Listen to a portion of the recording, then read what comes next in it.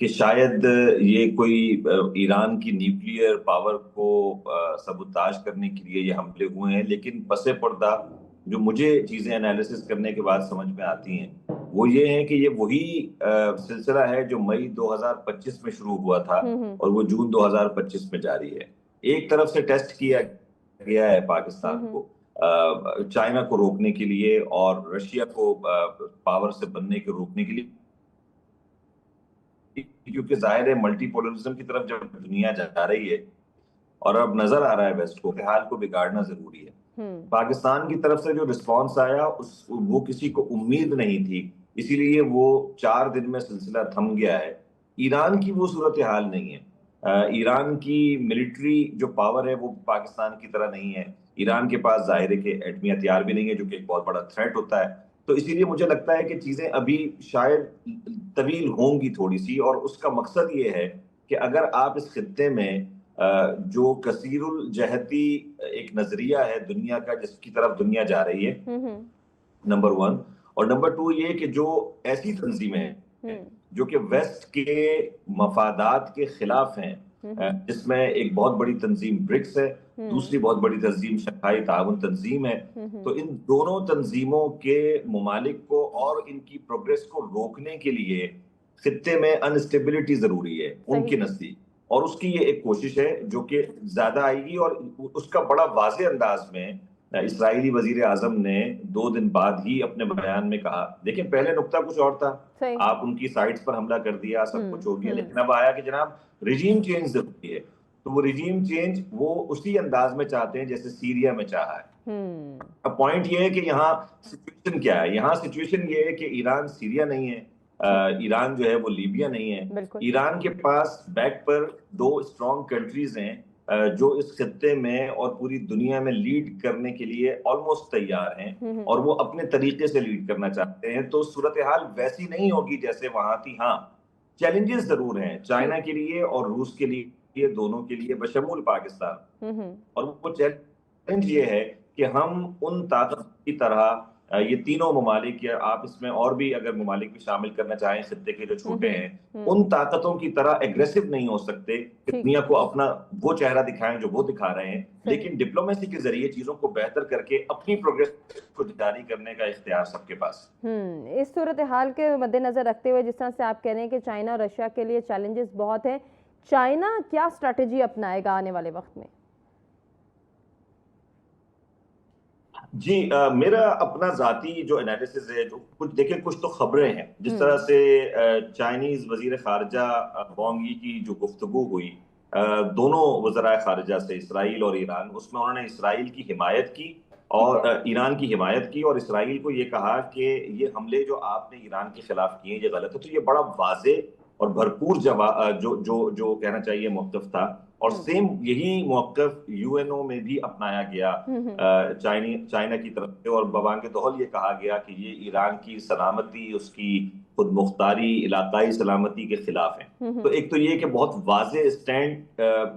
جو ہے وہ سامنے آ گیا، لیکن یہ یاد رکھیں کہ یہ سٹینڈ لینا اتنا آسان نہیں ہے، کیونکہ مذمت کرنا آسان نہیں ہے۔ سر آپ کی بات کوئی کنٹینیو کر رہے ہیں سجاد ترین صاحب، ابھی امریکہ کے کردار کی ہم بات کر رہے تھے، رشیا اور چائنا کے کردار کی بات ہم نے اعتصام صاحب سے کی، سر آپ سے جو گفتگو ہوئی تھی ٹرمپ کے حوالے سے، تھوڑا سا اس کی کنٹینیوٹی میں جائیں گے۔ مشرق وسطیٰ کو پھر سے عظیم بناؤ، ٹرمپ کا یہ بیان ہے، اسٹریٹجی کیا ہے اس کے پیچھے؟ دیکھیں بنیادی طور پر ٹرمپ کی مجبوری یہ ہے کہ ٹرمپ وہاں سے ووٹ لے کے آیا تھا کہ اینٹی وار، کہ میں جنگیں بند کراؤں گا، جنگیں نہیں ہونے دوں گا، اور اس نے کہا تھا کہ 1 منٹ میں جو ہے یوکرین کا مسئلہ حل کرا دوں گا، میں یہ کرا دوں گا، پھر انڈیا اور پاکستان کے درمیان کرایا بھی اس نے، اس کا بھی اس نے کریڈٹ لیا۔ وہ بنیادی طور پر جو امریکن نے ان کو ووٹ دی اور جن کے وہ ووٹ لے کے آیا تھا، وہ اس لیے لے کے آیا تھا کہ ہم جنگیں نہیں لڑنی، اب جنگیں ہماری ضرورت نہیں ہے، تو لوگوں نے اس کو ووٹ دی، اب وہ وہی کرنا چاہتا ہے، لیکن صورتحال یہ ہو گئی ہے کہ یہ صورتحال اس کے کنٹرول سے باہر ہوتی جا رہی ہے۔ وہ اس کو اب کنٹرول کرنے کے لیے، دیکھیں جب ایران نے پہلا ریئیکشن کیا تو اس نے سب سے پہلے جو فون کیا وہ ایم بی ایس کو کیا، سعودی عرب والوں کو، اس کے بعد انہوں نے پوٹن کو فون کیا اور اسے بھی کہا۔ اب بات یہ ہے کہ جس طرح امریکہ جو ہے وہ بالکل ساتھ کھڑا ہے اسرائیل کے، اور اس کی ہر قسم کی سپورٹ کر رہا ہے. اسی طرح خطے کے یہ دو بڑے ممالک ہیں چائنا اور روس, یہ ایسا نہیں ہو سکتا کہ یہ پھر ایران کو چھوڑ دیں. یہ بھی ایران کے ساتھ کھڑے ہوئے ہیں اور ہر طرح کی اس کی حمایت کر رہے ہیں اور یہ کرتے رہیں گے. ٹھیک ہے, ہم تو سفارتی اور اخلاقی حمایت کر رہے ہیں, لیکن بڑا اہم رول جو ہے وہ چائنا کا ہے اور روس کا ہے. یہ جو دونوں ممالک ہیں یہ کوئی ایسی بات نہیں ہونے دیں گے جو ٹرمپ کی خواہش ہو یا نیتن یاہو کی ہو. دیکھیں وہاں اگر رجیم چینج ہو جاتی ہے تو وہاں کیا ہوگا, وہاں وہی ہوگا نا پھر جیسے شام میں انہوں نے رجیم چینج کیا اور سیریا میں اپنے لوگوں کو لے آئے ہیں. اچھا, انہوں نے ایک پروگرام کے تحت, اسرائیل نے ایک پروگرام کے تحت پہلے ایران کے جو حمایت یافتہ لوگ تھے انہوں نے ان کے خلاف ایکشن کیا. آپ دیکھیں پہلے حماس پہ انہوں نے کیا, پھر اس کے بعد حزب اللہ گیا, پھر اس کے بعد غوثیوں پہ کیا, پھر انہوں نے سیریا پہ وہ کیا. وہ سارے وہاں اپنے قریب لوگ لے آئے. اپنائی. سر کنٹینیو کریں گے اس ڈسکشن کو, مجھے ایک بریک کی جانب بڑھنا. ناظرین بریک سے واپس آتے ہیں, سجاد الدین صاحب کو موقع دیں گے کہ وہ اپنی بات مکمل کریں. پروگرام میں ایک مرتبہ پھر سے آپ کو کہیں گے خوش آمدید. گفتگو کے سلسلے کو آگے بڑھائیں گے. سجاد الدین صاحب, سر آپ کی بات رہتی تھی, بڑی اہم جانب آپ اشارہ کر رہے تھے, آپ اپنی بات مکمل کریں. دیکھیں میں آپ کو عرض کروں, بات یہ ہے کہ یہ اب جو وہ کرنا چاہ رہے تھے نا کہ انہوں نے پہلے جو ایران کے حمایت یافتہ لوگ تھے یا ایران کے مطلب اس میں اثر میں تھے وہ لوگ, وہ حزب اللہ تھے, حزب اللہ کی لیڈرشپ مار دی, حماس کی تقریباً لیڈرشپ مار دی انہوں نے. اس کے بعد انہوں نے سیریا میں لیڈرشپ چینج کر دی. تو اب وہ یہ چاہ رہے تھے کہ وہ ایران کو کسی نہ کسی طرح کھینچ کر وہ جنگ میں لے آئے. ایران بہت کوشش کر رہا تھا کہ وہ اس جنگ میں نہ جائے, لیکن وہ انہوں نے ایران کو کھینچ کے اس جنگ میں لے آئے. اور جب لے آئے تو ان کا خیال یہ تھا کہ وہ وہاں پر ایکشن کریں گے اور اس کے بعد رجیم چینج ہو جائے گی. رجیم چینج کرنے کا بعد انہوں نے اپنی مرضی کی, جیسے سیریا میں لائیں, یہاں لانے کے بعد اگلا نمبر پھر وہ جیسے کہہ رہے تھے پاکستان اور باقی جو کہہ رہے ہیں مسلم ملک, سر آپ کو یاد ہوگا جب غزہ کی جنگ سٹارٹ ہوئی تھی تو تب ہم نے یہی کہا تھا کہ خدشہ ہے کہ یہ جنگ پھیلے گی. یہ شاید وہی پھیلاؤ کی ڈیفرنٹ صورتیں ہیں جو اب ہم فیس کر رہے ہیں. دیکھیں اب جو ہمارے ڈیفنس منسٹر ہیں خواجہ آصف صاحب, انہوں نے خود کہا ہے نا 2 دن پہلے قومی اسمبلی میں, انہوں نے کہا کہ تمام مسلم ملکوں کو اکٹھا ہونا پڑے گا ورنہ سب کی باری آئے گی, ایک ایک کر کے سب کو یہ کریں گے. تو ہمیں یہ اکٹھا ہونا چاہیے اور ایران کے ساتھ کھڑا ہونا چاہیے اور دنیا میں بات کرنی چاہیے, یو این او میں بات کرنی چاہیے. دیکھیں میں یہ سمجھتا ہوں کہ اب مسلمانوں کو ایک اور بھی چیز جو ہے وہ سوچنی چاہیے. یو این او کا جو رول ہے وہ ختم ہو گیا ہے. دیکھیں جو نیتن یاہو ہے اس نے یو این او کی کوئی بات نہیں مانی. حماس پہ اور فلسطین پہ کیا کچھ یو این او کی طرف سے نہیں کہا گیا, اس نے کچھ نہیں مانا. اسی طرح مطلب جو او آئی سی ہے جو مسلمانوں نے اپنے لیے بنائی ہوئی ہے, میں سمجھتا ہوں اس کا بھی کوئی کردار نہیں ہے. اب مسلمان ممالک کو یہ سوچنا چاہیے کہ انہیں اپنے مسائل حل کرنے کے لیے اور دنیا کے مسائل حل کرنے کے لیے کوئی اور تنظیم بنانی چاہیے جس سے یہ کوئی بات ہو سکے اور مسئلے حل ہو سکے. سر وہ کوئی تنظیم دوسری کیا ہوگی اور کیا اس کا کردار باثر ہوگا یا نہیں, اس گفتگو کو ہم ضرور ڈسکس کریں گے. ایرانی صحافی افضل رضا صاحب نے ہمیں جوائن کیا. افضل صاحب بہت شکریہ, آپ نے اپنا قیمتی وقت دیا. سر اوورآل اس وقت ایران کی صورتحال کیا ہے, میڈیا رپورٹس کیا کہہ رہی ہیں, ذرا اس حوالے سے بتائیے گا. جی السلام علیکم. بسم اللہ الرحمن الرحیم. میں آپ کا شکر گزار ہوں اپنے پروگرام میں مجھے بات کرنے کا موقع دینے کے لیے. دیکھیے میں سب سے پہلے ریاست پاکستان, حکومت پاکستان, پاکستان کی لیڈرشپ کا بہت شکریہ ادا کرتا ہوں کہ آج Iranian president doctor Masoud Pezeshkian نے پارلیمنٹ کے سیشن میں جب وہ اپنے پالیسی بیان دے رہے تھے کرنٹ سچویشن سے متعلق, اور انہوں نے جب نام لے لیا کچھ ممالک کا, اسپیسیفکلی انہوں نے اسلامی جمہوریہ پاکستان کا نام لیا. انہوں نے جب دیکھا کہ اس وقت میں جب اسرائیلی جارحیت کے وقت میں مسلم دنیا میں جو یونٹی کی ضرورت ہے, انہوں نے پاکستان کی مثال دیتے ہوئے انہوں نے یہ کہا پاکستان کے پارلیمنٹ, سینٹ اور نیشنل اسمبلی میں ایران کے حق میں ریزولوشن پاس کیا, اور وہاں پہ جو ممبران پارلیمنٹ ہے وہ پاکستان شکریہ کے نعرہ بلند کر رہے تھے. دوسری بات, ایک تو اس جارحیت سے ایک بات ضرور سامنے آتی ہے کہ دشمن نہ صرف ایران یا کوئی لبنان یا کوئی سیریا یا یمن, یہ بلکہ تمام وہ ممالک جو انڈیپینڈنٹلی جو اپنے مسائل خود حل کرنا چاہتے, جو ریجن میں اپنے مسائل ایک باہمی تعلقات اور باہمی کوآپریشن سے حل کرنا چاہتے, اس کے خلاف ہیں. اور وہ کسی بھی ملک, چاہے وہ اپنے عوام کے مفاد یا اقوام عالم یا عالم اسلام کے عوام کے لیے وہ مدد کرنا چاہتے ہیں, وہ ہر وہ راستہ روکنے پہ تلے ہوئے. اور آج آپ دیکھ رہے ہیں تمام شہادتوں کے باوجود, کچھ چیلنجز کے باوجود, اس جارحیت کا بھرپور مقابلہ کیا جا رہا ہے، اور اس دوران حضرت آیت اللہ خامنئی کے فرمائشات کے مطابق جنگ کے دوران کوئی مذاکرات کا امکان نہیں ہے جب تک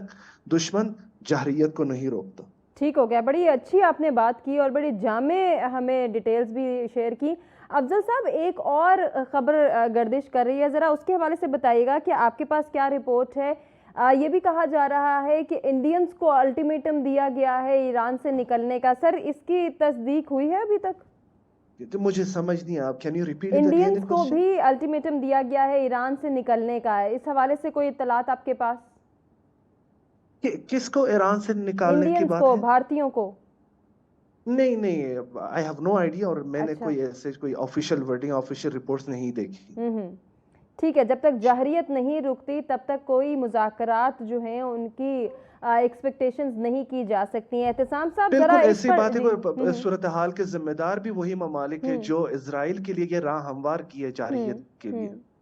ٹھیک، بالکل ایسا ہی ہے۔ اعتصام صاحب ذرا اس پہ کمنٹ کیجئے گا، ابھی جس طرح سے ایرانی سپریم لیڈر کے بیان کو کوٹ کر رہے تھے افضل صاحب کہ جب تک جہریت نہیں روکی جائے گی تب تک مذاکرات کے چانسز نہیں ہیں، ایسے میں ٹرمپ کو جواب دیا جا رہا ہے یا پھر ٹرمپ اپنی کوششیں جاری رکھے گا؟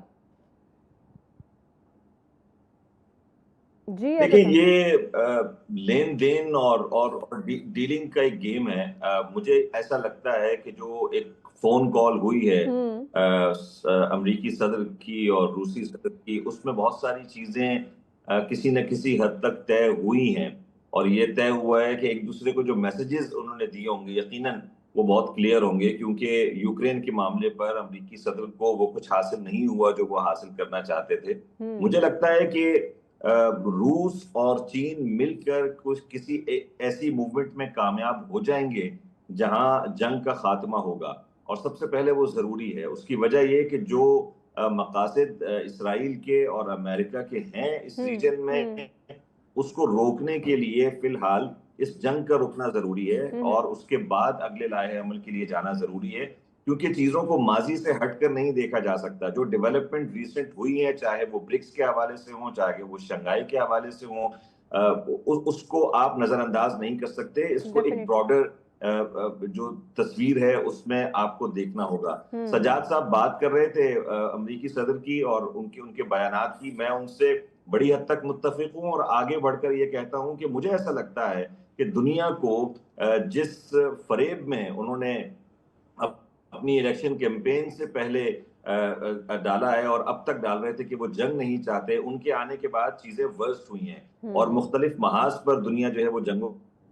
کا سامنا کر رہی ہے، اور وہ اس کو روکنے میں کامیاب نہیں ہوئے ہیں، بلکہ مجھے ایسا لگتا ہے کہ وہ روکنا چاہتے بھی نہیں ہیں۔ جہاں انہوں نے روکا اور جس کا وہ کلیم کرتے ہیں، وہاں ان کو جواب ایسا ملا کہ ان کو وہ سب کچھ روکنا پڑا۔ اچھا اعتصام صاحب، ایک اور چیز ٹرمپ نے یہ بھی بات کی نا کہ جیسے پاکستان اور بھارت کے درمیان سیز فائر معاہدہ ہوا، اسی نوعیت کا معاہدہ اسرائیل ایران کشیدگی کو ختم کرنے کے لیے بھی کیا جائے گا سیز فائر کے حوالے سے، جو ٹرمپ کا بیان ہے۔ تو اس میں جب پاکستان اور بھارت والی بات ہم کرتے ہیں، اس سیز فائر معاہدے کو تو ایک طرح سے میں یہ کہہ سکتی ہوں کہ ٹریڈ پرسپیکٹیو یوز کیا گیا تھا ٹرمپ کی جانب سے۔ کیا ایران اسرائیل کشیدگی میں بھی ٹریڈ پرسپیکٹیو آئے گا سامنے؟ دیکھیں، میں یہی کہہ رہا ہوں نا کہ بہت ساری چیزوں کو سیریس لینے کی اب ضرورت نہیں ہے۔ اس کی وجہ یہ کہ وہ معاہدہ کیا تھا، ہم ابھی تک پانی کے مسئلے پر جو ہے وہ اس طرح کی سچویشن میں نہیں آئے ہیں جہاں ہم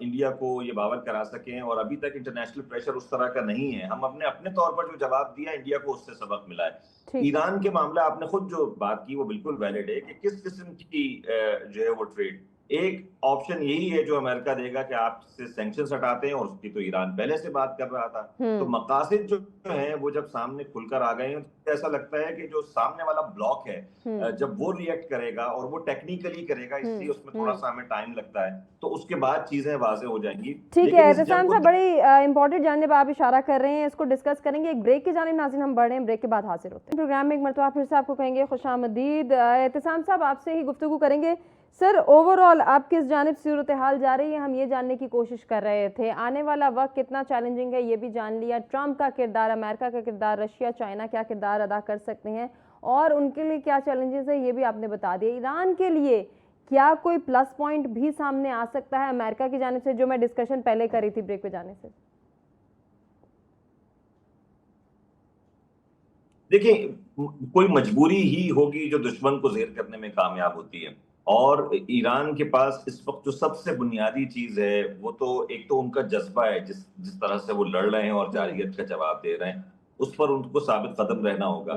دوسری چیز جو بہت امپورٹنٹ ہے وہ یہ ہے کہ یہ بار بار رجیم چینج کی جو بات کی جاتی ہے تو ویسٹرن میڈیا خود یہ کوٹ کر رہا ہے کہ ایران میں کوئی دوسری آلٹرنیٹ اس طرح کی فورس ہے ہی نہیں جو چیزوں کو ٹیک اوور کر سکے ان کے مطابق جو لوگ یہ چاہتے ہیں۔ تو ایک یہ بہت بڑا پلس پوائنٹ ہے کہ وہ قوم متحد ہے اور وحدت کے ساتھ اپنی چیزوں کو سامنے رکھ کر مقابلہ کر رہی ہے۔ تیسری چیز وہ بلاک ہے جس میں ایران اس وقت ہے، مجھے لگتا ہے وہ بہت امپورٹنٹ ہے، پاکستان کا ساتھ اسے حاصل ہے سفارتی سطح پر، اور چین اور روس جو ہے وہ اس میں بہت امپورٹنٹ کردار مجھے ایسا لگتا ہے کہ آنے والے 2-3 روز میں ادا کرنے والے ہیں، اور وہ تمام چیزیں سفارتی سطح پر ہی ہوں گی اور اس سے کوئی نہ کوئی حل مجھے لگتا ہے کہ نکل آئے گا۔ ٹھیک ہو گیا۔ سجاد ترین صاحب، دو چیزیں آپ نے بھی ڈسکس کی تھی، ایک تو یہ کہ OIC اور UNO کا کردار ہمارے سامنے، کوئی نئی تنظیم سامنے آئے جو کہ مسلم ممالک کی بھلائی یا پھر کشیدگی کی صورتحال کو ختم کرنے میں ایک مؤثر کردار ادا کر سکیں۔ سر وہ نئی تنظیم کو لیڈ کون کرے گا؟ میں سمجھتا ہوں کہ ایران جو ہے وہ لیڈ کر سکتا ہے، جس طرح ایران نے ابھی مطلب یہ کیا ہے سارا سلسلہ، ایران لیڈ کر سکتا ہے، اور ایک نئی تنظیم آنی چاہیے اور جس میں وہ تنظیم ایسی ہو کسی ایک ملک کے زیر اثر نہ ہو۔ یہ OIC جو ہے یہ چند عرب ملکوں کے زیر اثر ہے، وہ جو اس کو فنڈنگ کرتے ہیں، تو وہ کوئی کام نہیں کر سکتی سوائے ان کے وہ لانڈی بن کے ہے، یا ڈیبیٹنگ کلب آپ اس کو کہہ سکتے ہیں، ڈیبیٹنگ کلب ہے، اس کا کوئی فائدہ نہیں ہے۔ تو ایسی تنظیم اور ایسی لیڈرشپ ہونی چاہیے جو آگے بڑھے اور مسلمانوں کے مسائل حل کرے اور مسلمانوں کو ساتھ لے کے چلے، اور اس کی بہت اگر وہ نہ کیا گیا تو میرا خیال یہ موجودہ تنظیمیں تو کچھ نہیں کر سکتی، یہ OIC کچھ نہیں کر سکتی۔ ایک دوسری بات یہ ہے کہ انہوں نے کوشش کی، بہت کوشش کی کہ رجیم چینج، اور وہاں کی عوام کو کہا کہ ایران کی آپ حکومت کے خلاف کھڑے ہو جائیں، اور وہاں کیا ہوا؟ اس کا جواب یہ ہوا کہ میں سمجھتا ہوں موجودہ جو ایرانی حکومت ہے اس کی سب سے مطلب بہت زیادہ مخالفت ہے تودا پارٹی کی۔ تودا پارٹی وہاں کی ایک کمیونسٹ پارٹی ہے، تو تودا پارٹی نے باقاعدہ اپنی ویب سائٹ پر آفیشلی یہ کہا ہے کہ ہم اس کے کسی امریکہ کے بیان میں نہیں آئیں گے، اور نہ ہم حکومت کے خلاف کسی قسم کا کوئی احتجاج کریں گے، نہ کچھ کریں گے، بلکہ امریکہ کے خلاف ہم اس حکومت کے ساتھ ہیں اور اپنی فوج کے ساتھ ہیں۔ تودا پارٹی نے کہا ہے آپ کے پاس ٹائم نہیں ہے، ورنہ کسی وقت میں جو ہے نا تودا پارٹی کا وہ آپ کو بتاؤں گا کہ ہسٹری کے تودا پارٹی ایران میں کتنا اہم رول پہلے کرتی رہی ہے، انقلاب ایران سے پہلے بھی، تو انہوں نے بھی انکار کر دیا ہے۔ تو امریکہ کو ناکامی ہو رہی ہے مسلسل، اب وہ اپنی ناکامیوں کو چھپانے کے لیے امریکہ اور نیتن یاہو وہ یہ کوشش کر رہے ہیں کہ کوئی سفارتی حل تلاش کیا جائے، اور جیسے کہا گیا کہ 2 یا 3 دن میں سفارتی حل نکل آئے گا، 2-3 میں نہ نکلا تو میرے خیال 4-5 دن میں نکل آئے گا، لیکن نکل آنے کی امید باقی ہے۔ ٹھیک ہو گیا۔ احتسام صاحب 1 منٹ میں چاہوں گی کہ آپ جواب دے دیں، ابھی کسی نئی تنظیم کے بارے میں ہم ڈسکشن کر رہے تھے سجاد صاحب سے، OIC اور UNO کا کردار فیل ہو گیا، کیا کوئی نئی تنظیم اگر بنتی ہے تو اس کا کردار باثر ہوگا آپ کی نظر میں؟ اور what if اسے Iran with all due respect Sajjad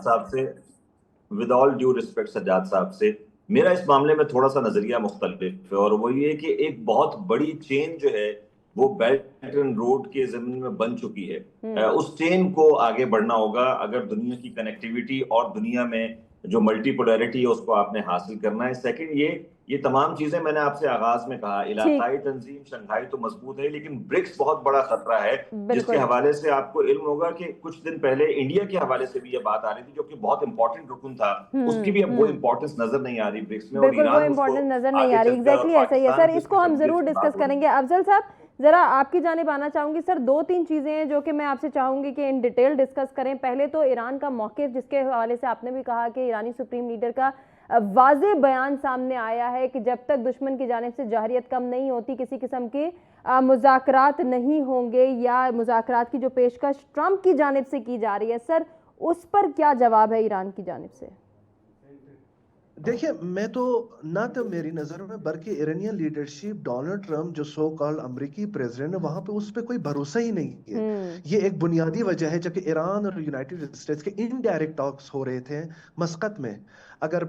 president Donald Trump 2018 میں وہ یک طرفہ فیصلہ نہ کرتے، نیتن یاہو کے ساتھ نیکسس کر کے جوہری معاہدے سے نہ نکلتے، تو شاید آج ایرانین اسٹیبلشمنٹ اور جو کرنٹ گورنمنٹ ہے وہ ان کا بھروسہ کر کے ڈائریکٹ ٹاکس کرتے. تو ایک بنیادی وجہ یہ ہے کہ نہ صرف ڈونلڈ ٹرمپ بلکہ تمام امریکی صدور وہ پہلے سے بھی یہ خواب دیکھتے آ رہے تھے کہ ایران میں رجیم چینج کریں گے، پھر ایک طرف سے نیگوسیشن ہو، دوسری طرف سے ایران کے دشمنوں کو سپورٹ کرنا، ایران کے خلاف پلاٹ کرنا، ریجنل کنٹریز کو ایران کے خلاف کروانا، ایران کو سیکورٹائز، ایک سیکورٹی آئیز میں ہمسایوں کو ڈرانا کہ ایران آپ کے لیے خطرہ ہے. تو میں تو اس بات پہ کروں گا کہ نہیں کہ ایران ڈونلڈ ٹرمپ کے آفر پر ریئیکشن دکھائے، بلکہ میں کچھ ممالک کا نام نہیں لینا چاہ رہا، وہ بڑے دوست اور برادر ملک کے ایران کے وہ آئے تھے اور میسج بھی دیے تھے. سجاد ترین صاحب، مسلم امہ کا کردار اس ساری صورتحال میں کیسے دیکھ رہے ہیں؟ اور آپ نے ہی خواجہ آصف کے بیان کو کوٹ کیا کہ اس وقت انہوں نے بھی کہا کہ اگر ہم خطے کی صورتحال بہتر چاہتے ہیں تو مسلم کمیونٹی کو ایک ہونا پڑے گا. سر دیکھیں، یہ خواہش تو ان کی ہے، میری بھی ہو سکتی ہے، لیکن مسلم امہ کا جو شرمناک رول ہے وہ بھی سب کے سامنے ہے. میں سمجھتا ہوں یہ امہ کا ہم جو کہتے ہیں نا مسلم امہ، یہ بھی ایک فراڈ بازی ہے. یہ امہ کوئی نہیں ہے، ہر ملک جو ہے وہ اپنے اپنے مفادات دیکھتا ہے. آپ یہ دیکھیں کہ جب یہ ہماری جو جھڑپ ہوئی ہے انڈیا سے، اس سے پہلے جب قیدی نمبر 804 جو وزیر اعظم تھے اور اس کے بعد انڈیا نے جو مقبوضہ کشمیر ہے اس کے 2 اسپیشل آرٹیکل ختم کیے، تو عرب ملکوں نے ہمارا ساتھ نہیں دیا تھا، سوائے مسلمان ملکوں میں ایران کے علاوہ کسی نے ساتھ نہیں دیا. پھر اس جھڑپ میں بھی آپ دیکھ لیں کہ انہوں نے کہا جی ہمارے تو کاروباری اور تجارتی تعلقات ہیں انڈیا سے. تو یہ آپ امہ والی جو بات ہے یا امہ والا چورن ہے وہ نہیں اب بک سکتا، نہ امہ کوئی ہے. اب ہر ملک جو ہے وہ اپنے مفاد کو دیکھ رہا ہے، اور خاص طور پر ہمارے عرب دوست جو ہیں جن کے پاس وسائل بھی ہیں، جن کے پاس مطلب ہر چیز ہے، وہ ان کا رول انتہائی مایوس کن رہا ہے. ان کا فلسطین کے ایشو پر آپ دیکھ لیں مایوس کن رول رہا ہے، انہوں نے کچھ نہیں کیا، نہ خود کچھ کیا نہ کسی کو کچھ کرنے دیا ہے. تو میں سمجھتا ہوں کہ امہ کا اب کوئی رول نہیں ہے. اب نئے کوئی ادارے بنائے جائیں جس میں کچھ متحرک لیڈرشپ آئے اور معاملات کو آگے لے کے چلے. اور میں سمجھتا ہوں کہ رہبر معظم جو ایران کے سپریم لیڈر ہیں وہ اس حوالے سے مسلم دنیا کی رہنمائی کر سکتے ہیں. ہمارے پرائم منسٹر شہباز شریف جب وہاں گئے تھے ابھی حالیہ دنوں میں، تو انہوں نے بھی یہ بات کی تھی کہ آپ مسلم امہ کی جو ہے، مسلم دنیا کی جو ہے آپ رہنمائی کریں. اب اس وقت جو ہے نا ان کے علاوہ مجھے نہیں لگتا کہ کوئی دنیا میں ایسا لیڈر موجود ہے جو پوری امہ کو ساتھ لے کے چلے یا ان کی رہنمائی کر سکے. تو ایک نئی تنظیم بننی چاہیے اور نئی تنظیم کے نئے ٹارگٹس اور نئے ہدف ہونے چاہیے، اور مسلمانوں کے درمیان بھی معاملات وہ حل کرائے اور آگے بھی لے کے چلے. ورنہ تو یہ میں سمجھتا ہوں کہ اگر یہ اکیلے ہوئے تو پھر وہ جو خواجہ آصف صاحب نے کہا کہ سب کی باری آئے گی، وہ پھر وہ بات بالکل جو سامنے دیوار پہ لکھی ہوئی ہے. صحیح، بالکل. افضل صاحب آپ کی جانب آئیں گے. سر اپنی بات مکمل کریں اور کلوزنگ کمنٹس بھی آپ سے ہی لیں گے. سر دیکھیں، میں سمجھتا ہوں اکتوبر 7 2023 کے بعد یہ جو پورے مڈل ایسٹ ریجن کے جو سینیریو بلکہ چینج ہو گیا، اور جو دشمن اپنی شکست فاش کو چھپانے کے لیے اس کانفلکٹ کو ایک برادر پھیلانا چاہ رہے تھے، اس کے نہ صرف وہ ناکام رہے بلکہ وہ آج بھی اس جارحیت کو ایک اعلی کار اور انشاءاللہ آگے بھی ناکامی کا سامنا ہی کرنا پڑے گا. اپنے تمام مہمانوں کا ناظرین شکریہ ادا کرنا چاہیں گے جنہوں نے اپنے قیمتی تجزیے اور قیمتی وقت سے ہمیں جو ہے وہ آگاہ کیا، اور ساتھ ہی آپ سے اجازت لیں گے. اللہ کے بعد.